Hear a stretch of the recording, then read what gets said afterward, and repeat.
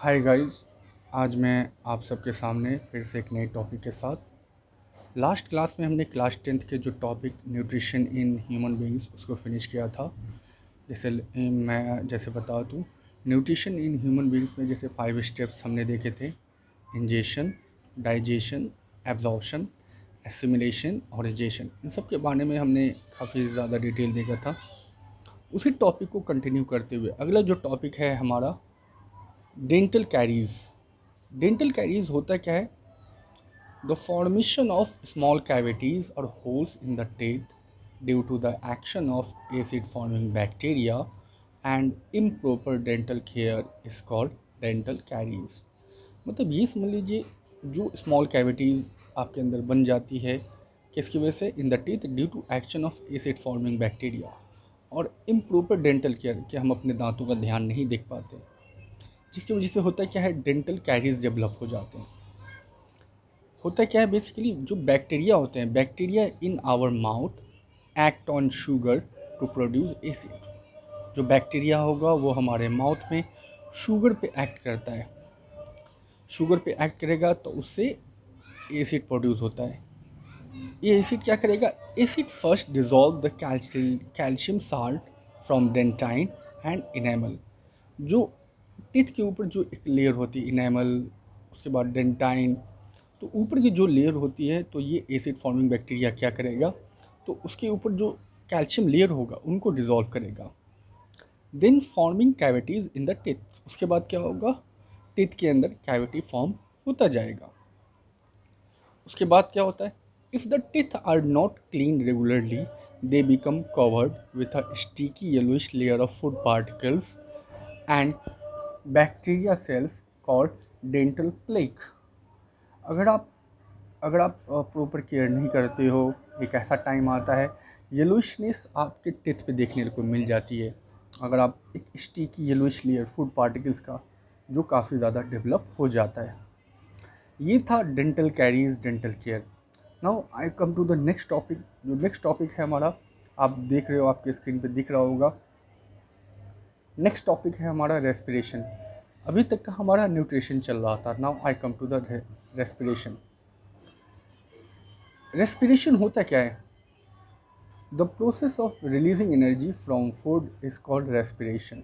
यानी किसी भी फूड मटेरियल से एनर्जी का रिलीज़ होना, ये आपका रेस्पिरेशन कहलाएगा। जैसे एक रिएक्शन मैंने आपको दिखाया, फूड मटेरियल है, उसको वो ऑक्सीजन के प्रेजेंस में रिएक्ट करेगा, जिससे क्या होगा?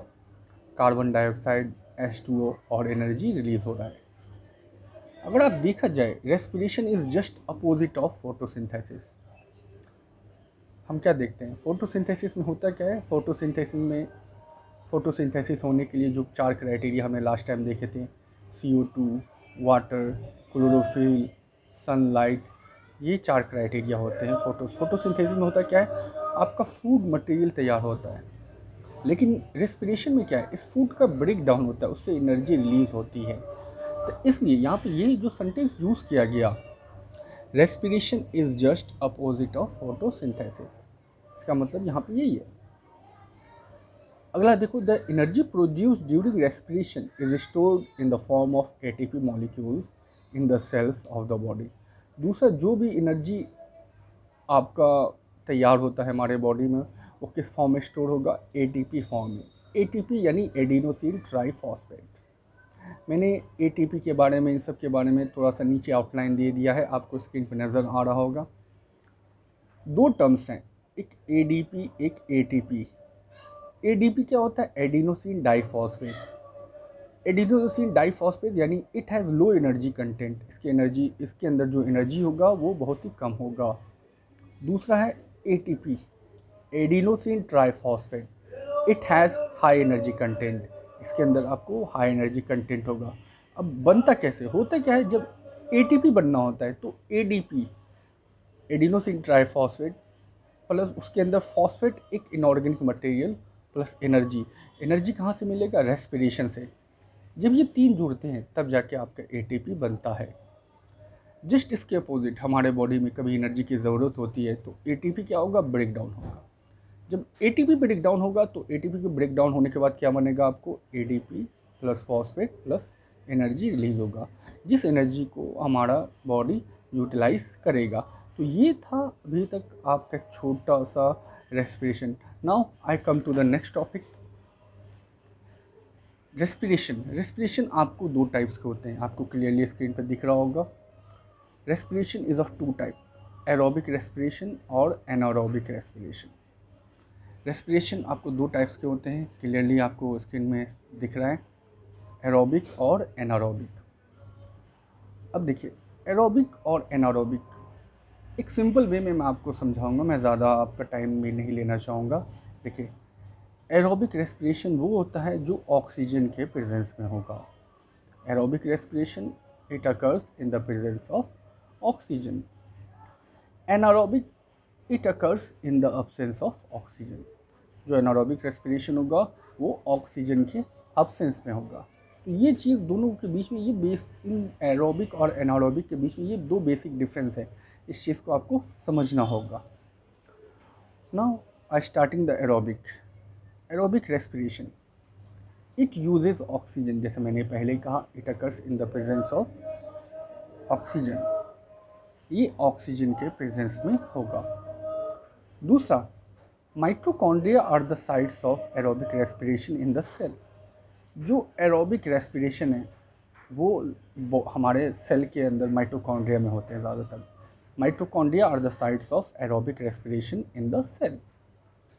तो इस चीज़ का आप ख्याल रखिएगा। दूसरा, एक रिएक्शन मैंने आपको यहाँ पे दिखाया है, आपको दिख रहा होगा स्क्रीन पे, आपको क्लियरली मैं आपको शो कराऊँ। देखिए, ग्लूकोज ये आपका ग्लूकोज है। ये ग्लूकोज का क्या होगा, ग्लाइकोलाइसिस होगा। ये ग्लाइकोलाइसिस कहाँ होगा, साइटोप्लाज्म में।